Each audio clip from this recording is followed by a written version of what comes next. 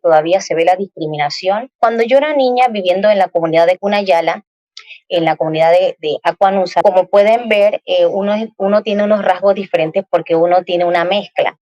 Entonces, los lugareños, compañeritos míos, me decían guaga, guaga, guaga, porque era diferente. En ese aspecto, la parte personal, podría decir que yo sufrí lo que era la discriminación. A medida que uno va creciendo, uno lo va viendo de diferentes puntos de vista. Ya en la escuela, estando en la escuela, cuando vengo de la comarca a Panamá, ya estando aquí, también sufrí la discriminación porque yo siempre me sentí identificada. Entonces, cuando yo me presentaba en la escuela, yo decía, bueno, yo soy de la comarca Cunayala y los niños de que siempre de que la India, nos decían siempre de joven, de niña, de adolescente, ya de adulto uno que puede como controlar eso porque uno tiene se siente identificado y uno puede ya compartir con los compañeros de una edad ya mayor, uno puede hablar con este tipo de personas. Los estados nos regimos a un marco jurídico nacional que rige en este caso la elección de autoridades en diferentes niveles, desde la parte ejecutiva a nivel nacional, la departamental y no digamos lo comunitario. Nos toca que enfrentar este fenómeno social que de alguna manera limita en este caso el accionar, el poder vivir de acuerdo a ese pensamiento, a esos valores, esos principios que cada cultura tiene y que es necesario fortalecer. En muchos de los países seguramente es un reto poder legislar a favor de generar la equidad y la igualdad entre pueblos, entre mujeres y hombres. Sin embargo, creemos importante poder compartir la experiencia en relación a los procesos de participación. Por ejemplo, en Guatemala, después de la firma de los acuerdos de paz, se ha insistido en de modificar el sistema electoral para que la participación pueda de alguna manera dar espacios para las mujeres, para los pueblos indígenas y poder estar en espacios de toma de decisión, porque de alguna manera es importante generar cambios desde los estados para atender a las comunidades, a crear programas, diseñar política pública que incorpore ese enfoque, que incorpore ese conocimiento, esa sabiduría de los pueblos. Por eso es que estamos constantemente planteando como alternativas a cualquier acción que implementen los estados, porque no lleva como esa visión. Cuando somos beneficiarios de algunos proyectos en las comunidades, pues no llegan hablando nuestro idioma, no, por ejemplo, ahorita en esta coyuntura que estamos, la alimentación que se brinda, pues hay que pensar si realmente coincide con la forma, con el sistema alimentario de los pueblos indígenas. No solo es de brindar la ayuda, sino cómo va a llegar la ayuda y qué elementos tiene dicha ayuda. Entonces, los estereotipos que manejan todavía la sociedad no contribuyen a que las mujeres indígenas podamos estar en posiciones de equidad y de igualdad. El uso de nuestra indumentaria muchas veces es significado de exclusión, de no oportunidades, de vedarnos en este caso la entrada a diversos lugares públicos o privados. Entonces hay una carga que cargamos nosotros las mujeres indígenas por el simple hecho de nuestro color, de nuestro idioma, de nuestra forma de expresión.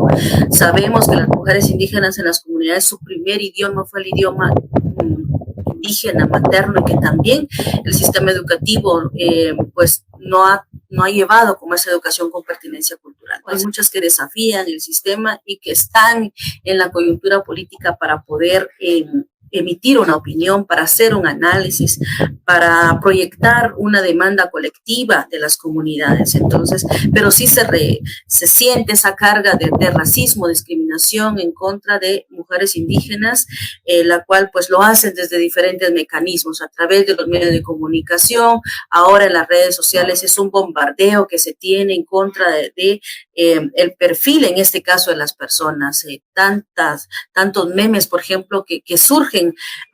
Recientemente nosotros vivimos un proceso electoral y definitivamente pues no faltaron todo este tipo de comentarios, de expresiones, de frases que atentan contra la dignidad de las mujeres indígenas. Entonces, esa es la dificultad que tenemos todavía los pueblos indígenas para enfrentarnos a una sociedad en donde podamos vernos de iguales, en donde el marco legal nacional también proteja, en este caso, los derechos humanos de mujeres indígenas.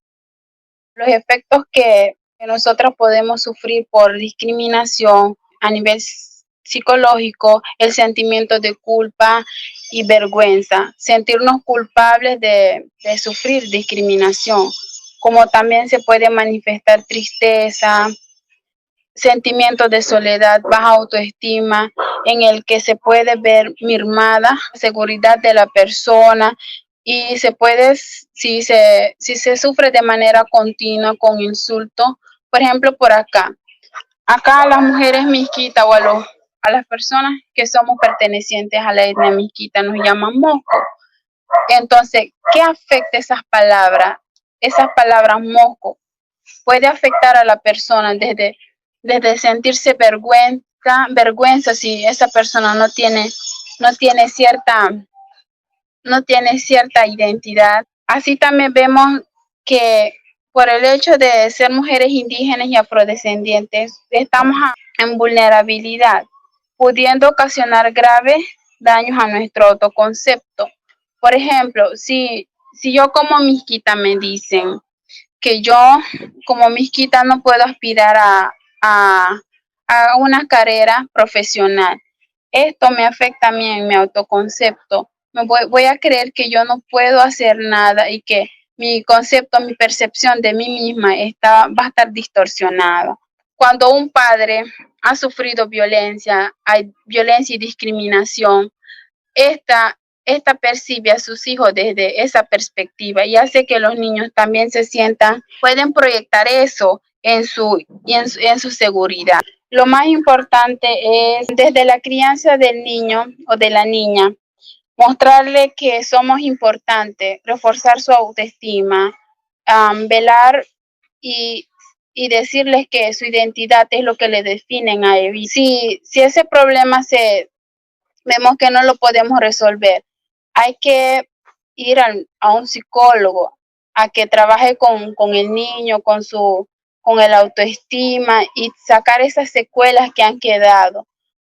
Uno de los factores que efectivamente ha atravesado la vida de las mujeres afrodescendientes y mujeres indígenas y mujeres en general es la discriminación. Y hablamos de como dos tipos de discriminación. La discriminación estructural, que es esta que se da desde las esferas gubernamentales y se da cuando no se contempla a las mujeres con esta interseccionalidad que atraviesa la vida de nosotras, ¿no? Es decir, se hacen algunas acciones, pero no se está considerando la realidad, no se está considerando la cultura de las mujeres, no se está considerando las condiciones en que vive. Se sacan políticas públicas a veces de manera general para las mujeres y por eso no se tienen los resultados, porque no es lo mismo una mujer rural que una mujer que vive en la gran urbe, a una mujer indígena, a una mujer afrodescendiente. Hay diferentes factores que afectan la vida de las mujeres en sus distintos ámbitos donde se encuentran, donde se ubican, en sus territorios. Lo que pasa en cada territorio es distinto. Difícilmente podemos hablar de generalizar las cosas. Y por eso la discriminación le pega mucho más a unas que a otras, por la forma en que hablamos, por la forma en que vestimos, por el lugar donde nos ubicamos, por la cultura en general, la invisibilización en el caso de las mujeres afrodescendientes o mujeres afromexicanas, hablando propiamente de México, molesta decir que somos mujeres vulnerables. Decía el otro día una compañera, y muy atinadamente, es que a las mujeres no somos vulnerables, nos vulnera el Estado cuando no propicia las condiciones para nuestro desarrollo, ¿no? Entonces tenemos como estas distintas discriminaciones, la discriminación que viene propiamente del Estado y la discriminación que se da también por estos cuestiones culturales que tenemos, en el caso de nosotras las mujeres negras, pues por nuestra piel, se da muchísimo por la forma en que hablamos, por la forma en que reímos, yo recuerdo mucho que cuando estaba en la gran ciudad de mi estado, cuando me fui a estudiar, pues les molestaba mucho mi forma de hablar, porque dicen que las mujeres negras somos escandalosas y esas cosas, ¿no? Entonces, fíjense cómo se da esta discriminación, incluso al interior de los grupos de mujeres, los diferentes sectores sociales, también sufrimos esta discriminación, las mujeres indígenas y las mujeres negras todavía mucho más que, digamos, que la población en general femenina, ¿no?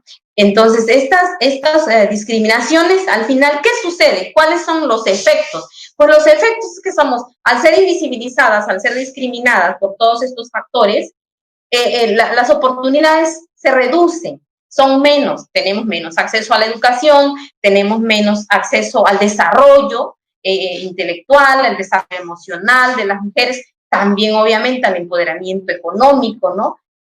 Las oportunidades se van minimizando de acuerdo a nuestra autoascripción, de acuerdo al grupo étnico al que pertenecemos, se reducen más las oportunidades. Quisiera que las mujeres en las comunidades pobres no tuviéramos oportunidad de soñar. Las pocas que hemos soñado, incluso recuerdo hace 40 años prácticamente cuando yo salí de mi pueblo, o sea, yo tuve que romper todos estos esquemas de una comunidad chiquita, pequeña, de 500 habitantes. Ustedes imagínense toda esa travesía que tuve que hacer. No había escuela más que a prácticamente 12 horas de mi pueblo a la gran ciudad, al estado.